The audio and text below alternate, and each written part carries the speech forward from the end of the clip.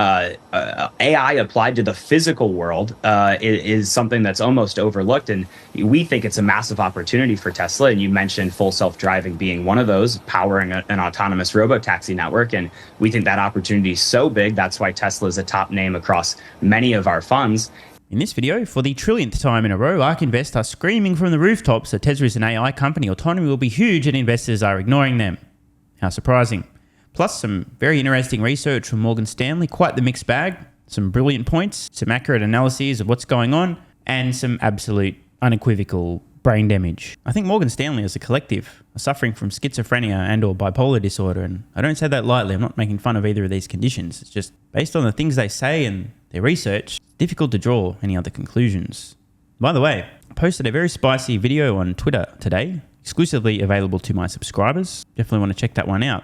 And while you can, don't forget to go to Twitter and watch What is a Woman? An incredibly important documentary film that everybody needs to see. And spoiler alert, the film isn't about what a woman is. The film is about deranged psychopaths causing irreparable harm to children and mentally ill adults. Tesla, it is a leader in, a lot of the conversation right now is really this software-based AI, and it should be about that because ChatGPT is the fastest application to 100 million users. But I think AI applied to the physical world is something that's almost overlooked. And so this is a very important distinction. ChatGPT has captured the world's imagination recently. Prior to that, Stable Diffusion, Midjourney, and so on. Give a prompt, next minute you've got incredible imagery. These are cool, incredible technologies. However, people seem to be entirely ignoring applications of AI in the real world. People see what GPT does. Oh, that's pretty cool. Oh, I can write essays. They see what Midjourney can do. Oh, that's pretty cool. I can make pictures. Which is cool. And yet Tesla, FSD Beta, cars with supervision driving themselves from point A to point B. I don't understand. People just seem to be oblivious to the fact that this is stunning real world AI. It seems strange to me. I don't know what it is, but some people just intellectually seem to be unable to grasp the profundity of what Tesla is doing with FSD. I mean, this stuff is seeing. It's not just seeing as in, oh, I've got some cameras. No. It is perceiving. It's detecting. Oh, that's an object. This is this. This is that. That's a boundary. I can drive there. I can't drive there. That's another car. It's planning and it's acting. This is incredible intelligence deployed in the real world. And everyone's like, The other thing that puzzles me is how people don't seem to understand the distinction between what companies like Waymo and Cruise are doing versus Tesla. I don't want to diminish what Cruise and Waymo are doing, but at best, it's a cool party trick. Pre-map the area in high definition, use LiDAR, bounce signals off objects that you already know are there because you've already pre-mapped the whole area in high definition, make sure nothing's changed. These cars are basically blindfolded. They don't know what the fuck's going on. You could train somebody to put a blindfold on and to walk through a complicated maze with enough training. All right, take 3 steps this direction, then turn left, then take 2 steps that way. And if nothing changes, eventually people can walk blindfolded as if they can see. It boggles the mind that people don't understand this distinction. They're not impressed with what Tesla's doing with autonomy. Again, I'm going to keep saying it. Tesla is on the cusp of solving autonomy. The exact timing, I don't know. Could be this year, unlikely. Could be next year, probably more likely. Could be later than that. The point isn't when does Tesla solve autonomy. It's when does anyone else even get close to where Tesla is. Tesla will be first, and I believe by a wide margin. And this really matters. The same incredible increase in capabilities of image generation via Stable Diffusion and then language-based AI models, the same thing is going to happen with self-driving vehicles. And Tesla is in the lead. They've got the data. They're so far ahead of everyone else, it's embarrassing. Yet everyone keeps ignoring it, except me, who's still buying Tesla stock with every spare cent, and who still has a fair valuation at Tesla, absurdly higher than Tesla's current stock price. If you want to see how absurdly high, check the link in the pinned comment, join Patreon. In the last 6 or so months, Ark Invest really trying to drive the point home. Hello, Tesla's FSD is stunning real-world AI. No one's paying attention, and by the way, the AI opportunity is huge. Autonomous vehicles itself is a decatrillion-dollar opportunity. I'd like to finish with a rather important quote. You can ignore reality, as in Tesla's progress with real-world AI, but you can't ignore the consequences of ignoring reality. I'm definitely not talking to the investors in the room. Moving on. we think it's a massive opportunity for Tesla. And you mentioned full self-driving being one of those, powering an autonomous robo-taxi network. And we think that opportunity is so big. That's why Tesla is a top name across many of our funds. And I think they're, experts in vertical integration. We've seen that in the chip in the car and now the chip in the data center, and how they're reworking their entire factories to try and reinvent the manufacturing process and using AI not just to come up with those efficiencies, but also for the robots that are in their factories. And we see Amazon deploying more and more robots in their warehouses as well.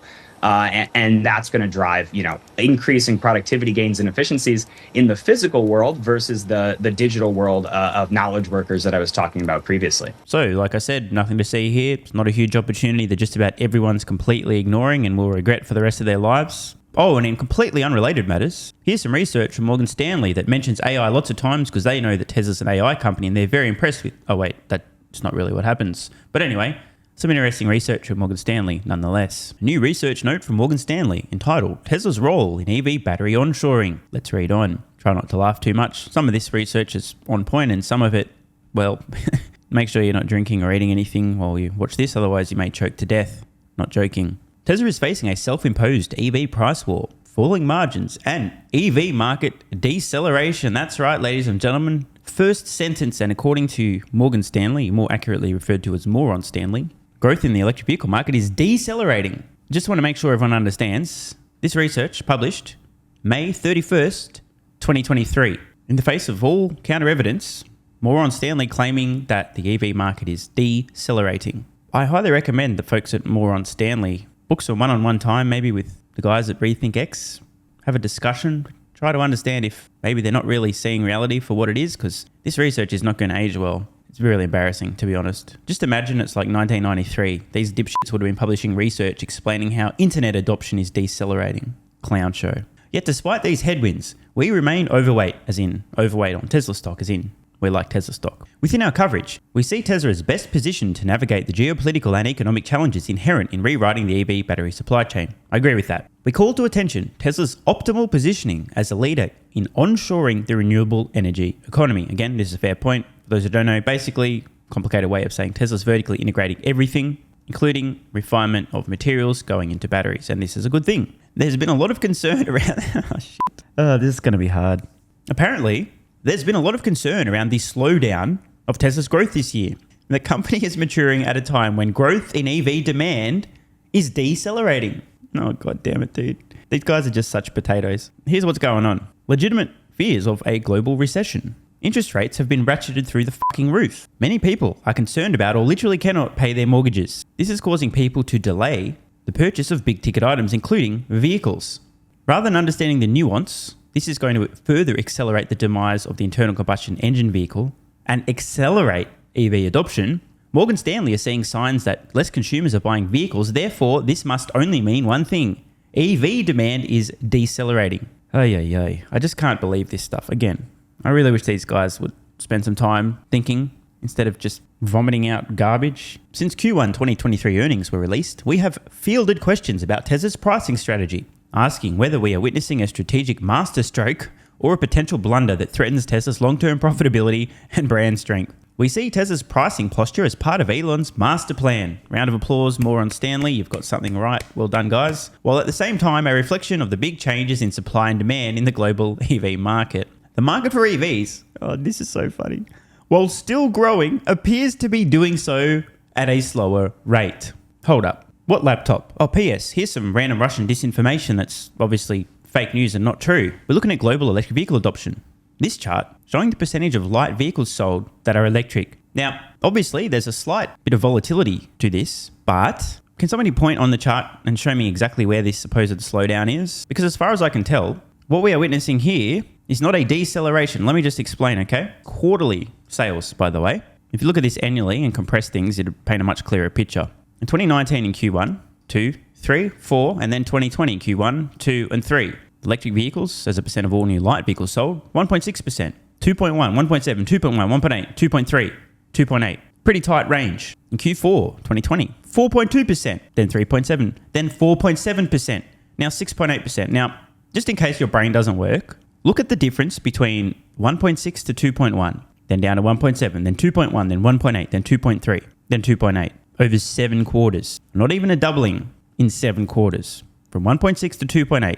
Not even a doubling. From 2.8 to 6.8 in 5 quarters. Then up to 8.7%. 7.6, 8.6, 9.2, 9.6, 10. Let me just clean this up to make things a little bit clearer, a little bit simpler. This is approximately the halfway mark on this data. In the first half, we've gone from 1.6 to 4.2%. Obviously, there's some ups and downs. It's a little bit volatile. This is why it's important to look at things over a slightly longer than micro penis length time frame. Otherwise, you might make very embarrassing errors in your assessment of what's happening. The growth that we're seeing right here, 2.65 times. That's the increase from 1.6 to 4.2. Let's look at the second half here, from 3.7 to 10.1. Over this period of time, approximately the same amount of time, a 2.72, God, I'm good at drawing, aren't I? Times increase. According to Morgan Stanley, the market for EVs, while still growing, appears, if you're high, to be doing so at a slower rate. Now, I don't want to be too hard on Moron Stanley here, but I am going to be honest. They're either looking at this data over a micro penis length time frame, or they're idiots. Actually, both of those things are probably true. Now, it's fair to say that there is volatility. Some quarters, we're going to see a huge uptick in the amount of EVs being purchased, and other quarters, it'll be a little bit lower. The automotive market is extremely volatile, extremely seasonal. There will be ups and downs. There'll be blips. This is why it's so important to look at the overall trend. Rather than one sweeping logarithmic S adoption curve, there may be multiple S curves with flatter periods of growth this side of 2030. Now, theoretically, this could be true, but it won't be. I don't know this, but I'm speaking in hyperbole, so when it turns out that this isn't true and I'm right and I spoke in hyperbole, there will be absolutely no doubt about what my position was, nor my level of confidence. This is absurd, Morgan Stanley. Absurd. I present to you the adoption of digital cameras and the collapse of analog cameras, film cameras. This is approximately the same curve in terms of adoption I expect we'll see for electric vehicles. Now, yes, it will be volatile. There are some bumps. It isn't perfectly smooth. There are some kinks along the way. But just for the record, we are currently about here. What Morgan Stanley appear to be suggesting is that EV adoption is going to look like this. And what I am suggesting is Morgan Stanley are going to be very embarrassed they even suggested this would be possible. Back to the research. We believe adoption will re-accelerate once new supply chains are scaled in conjunction with technological innovations in manufacturing processes and battery architecture, driving forward availability of supply. Now, this is a reasonable point in that if more electric vehicles were able to be produced and sold today, they would be selling today, meaning the S-curve would be more compressed. But this is a very important distinction. Compressing the S-curve is not the same as a bunch of S-curves with flat periods stacked upon one another. I personally believe the shape of the S-curve of EV adoption will follow the exact same shape as just about every other massive disruption. Morgan Stanley disagree. But to their point, I personally believe if more electric vehicles were being made today, they'd be sold today. Therefore, it would just be a much steeper curve, but it'd be the exact same shape as opposed to Morgan Stanley's S-curve, flat period, S-curve, flat period, S-curve, flat period. And again, I don't want to be completely unreasonable. They do have a point that EV market right now is supply constrained, not demand constrained. At least that's kind of what they're saying. And availability of batteries and therefore electric vehicles will be the limiting factor. But you see, Morgan Stanley don't seem to be understanding that ICE vehicle sales are going to collapse. Therefore, if not enough electric vehicles are being made, that's not going to meaningfully change the shape of the S-curve of adoption of EVs. Because what's going to happen at the same time that not enough people can buy EVs, people go, well, fuck, I'm not buying an ICE vehicle. I just won't buy a vehicle until I can buy an electric vehicle. Anyway, enough on that. Let's move on. We recently lowered our 2030 EV. And again, there is a reason I regularly refer to these folks as Moron Stanley. Pay attention. Make sure you're not drinking or eating. We recently lowered our 2030 EV penetration forecast to 25%, down from 26% previously. Let me just make sure you guys understand where the arrow is pointing to.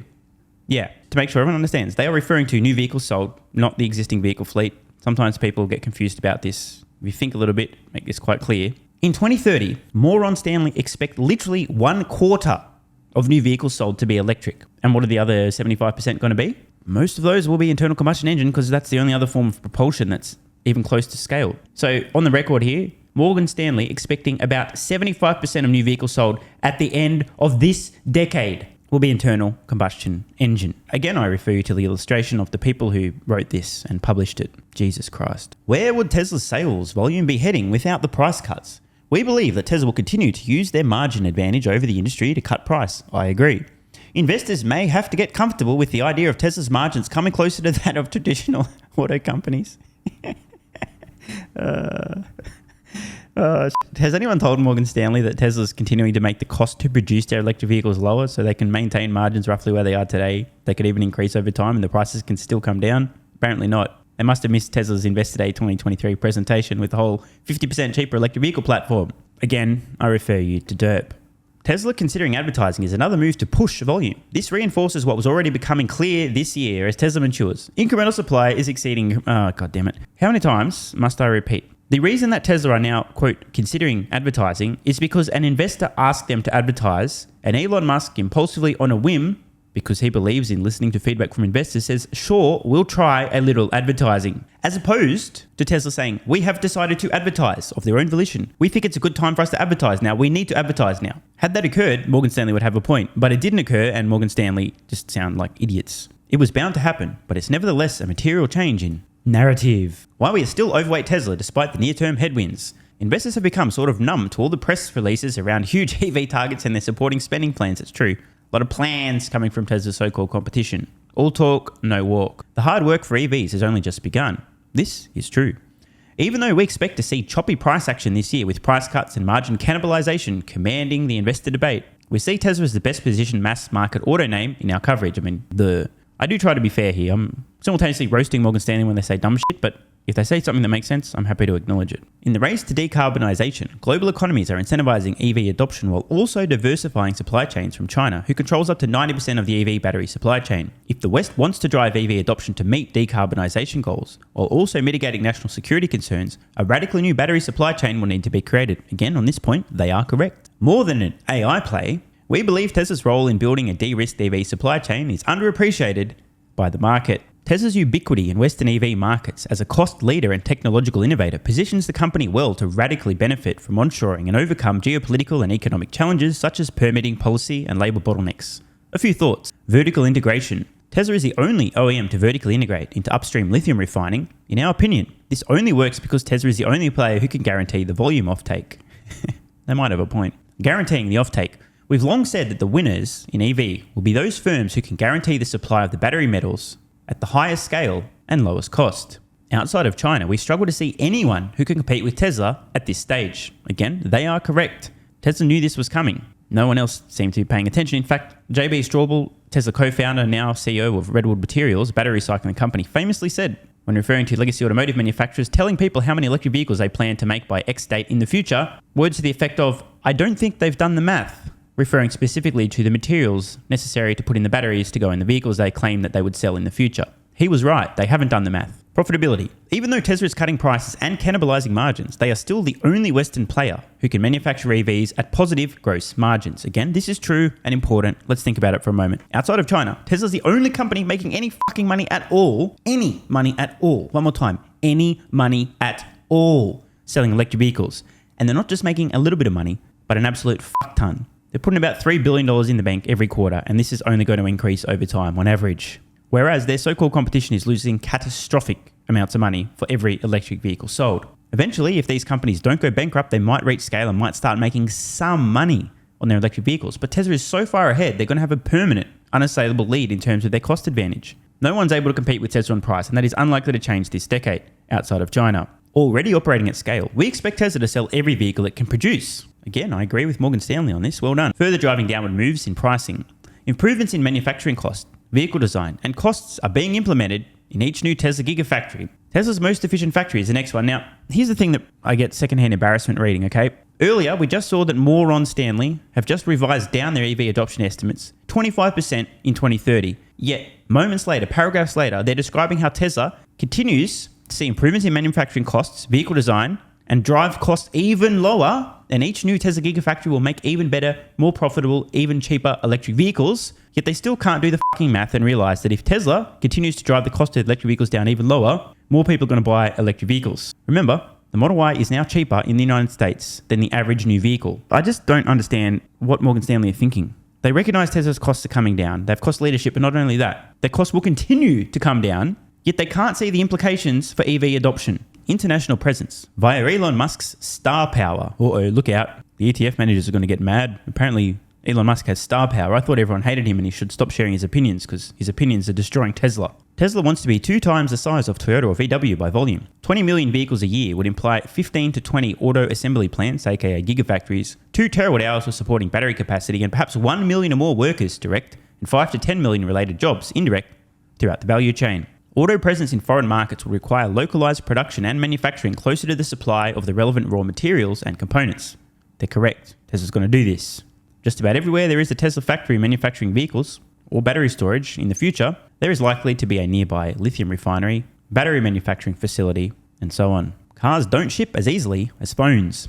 The potential to attract high-tech, high-paying manufacturing jobs would be a strong incentive for politicians to take the meeting with Mr. Musk.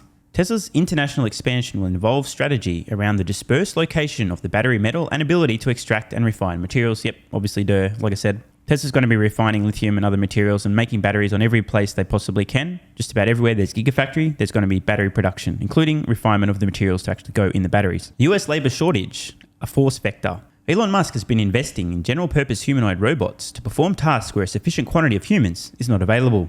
In the meantime, other nations with ample supply of relatively low-cost human workers are potentially waiting to make Tesla batteries and cars. Again, they're right. Expect more Tesla factory announcements soon, and in some locations it may surprise a few folks. So to recap, Ark Invest are obviously insane. There's no possibility that Tesla are doing amazing things with artificial intelligence in the real world being ignored by just about everybody, nor are they on the cusp of solving autonomy and unlocking a $10 opportunity. Therefore, you should definitely ignore everything Ark Invest has to say about the company. Ahem. And Morgan Stanley continued to deliver the goods. New research, which is 50% brain damage and 50% right on point. I don't know how they do it. Very impressive. I kind of want them to start making more sense, but if that happens, me reacting to their research notes is not going to be as fun. So I don't know. Should I tell them about AG1 or not? F it, I'll let them know. They're probably too dumb to try it. 25% by 2030. Athletic Greens AG1 has given me a massive, meaningful boost in energy, allowing me to do a lot more every day, including using my brain more and using my body more. I highly recommend you guys and girls check it out. Athletic Greens AG1 is an excellent way to fill in nutritional gaps. It's got 75 high-quality vitamins, minerals, and whole food source nutrients, plus prebiotics and probiotics and digestive enzymes and adaptogens to help you deal with stress. Plus, if you click the link in the pinned comment or head to athleticgreens.com/SMR, you can get yourself a 1-year free supply of vitamin D3 and K2. But don't take my word for it. Here's what some of you guys and girls have to say. AG1 has changed my life. I was, as you described, treating myself like a circus, ate like trash, rarely exercised, used alcohol as a stress crutch, cannabis also. AG1 is what gave me the kick in the ass, got me back to the gym, motivated me to do more for myself, family, my business, etc. Keep doing what you do. Now, I know there's some skeptics, the same kind of people who think Elon Musk is a fraud, reading this going, what do you thought? There's no way that's possible, bro. It must be a placebo effect. Believe it or not, this is a recurring theme. If you give your body everything it needs to feel and perform its best, including having a lot more energy, you'll need ways to use that energy. For me personally, that includes more exercise, moving my body more social activity, and more cognitively demanding tasks, including producing a ton of exclusive content over on Twitter and on Patreon, plus my daily YouTube uploads. The proof's in the pudding. On to another testimonial from a viewer of this channel. SMR, you asked me to provide feedback on AG1. Here it is. It has helped with mental acuity, stamina, and intestinal waste management. Can't read between the lines. It certainly helps with regularity and digestion. That's what the digestive enzymes are for. It has also dramatically reduced my cravings for sugar. You guys need to stop eating sugar. It's fucking poison. I'm 50, 5'9", and overweight, aka a fat motherfucker. I think that's a technical term for overweight, isn't it? Is it fat motherfucker or obese? I can't remember. I average 100 hours a week in the West Texas oil fields as a safety supervisor. Jesus Christ, dude. No wonder you're struggling to keep your weight under control. 100 hours a week. Brutal. It has helped me lose weight. It is not an appetite suppressant. It can help fat people suppress cravings, and motivation to be healthier is critical for changing your diet. Love you, brother. Again, this is a great point. It's something people really don't seem to grasp. If you have more energy, everything becomes easier. It's like turning on easy mode for life. A few years ago, before I was taking AG1, my health was trash. I was struggling to get through the day, had afternoon fatigue. The last thing I wanted to do was either use my brain or move my body. Didn't have the energy. Now, my biggest struggle every day is figuring out ways to use that energy. I'm exercising way more, doing a lot more with my friends and family, and of course, my work output has increased substantially. And you can fact check me. Check out the average length of my videos I was posting to YouTube 3 years ago. Need I say more? And one final testimonial. Love this one. Okay, here's the deal for me with this AG1 shit. I'm 41 years old and not the type to eat, drink, smoke, or sleep healthy, so I was skeptical. That being said, here's what I experienced. Day 1, meh. Day 2, afternoon fatigue was about 45 minutes late. Day 3, 0 afternoon fatigue. Day 4, 0 afternoon fatigue plus extra energy. Day 5, again, 0 afternoon fatigue plus energy, wondering, what the fuck, really? See, this is the thing, right? The results for many people are just almost too good to be true. This is the same experience I had. My afternoon fatigue just vanished out of nowhere. I'm like, wait, what the fuck? Why am I not tired in the afternoons anymore? Surely, it's not that AG1 is it? Turns out it was. Day 6 and 7, same thing. Day 8, same thing. Plus, I had the want to get things done around the house that I normally would slack off and not get done. Again, the point, extra energy, you'll need to use it, you'll find ways to use it. Day 9, 10, and 11, and today is day 12. I fucking love it. So however you managed to get me to buy it, I'm so glad you did. Thank you so much, SMR. It really changed me so far. Guys, this shit really works. Just try it. By the way, this is the reason I continue to relentlessly promote AG1. A lot of people get real fucking mad in the comments. Oh my God, snake oil salmon's sold out. Oh my God, he's a scammer. This is fraud.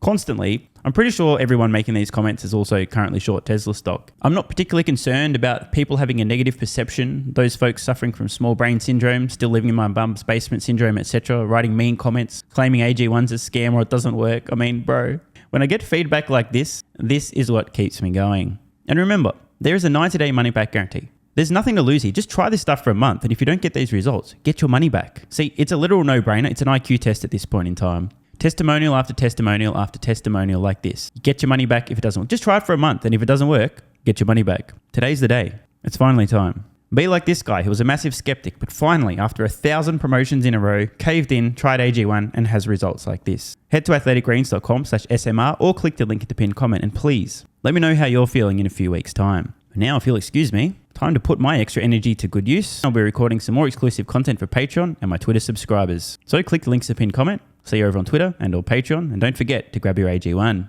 Love ya.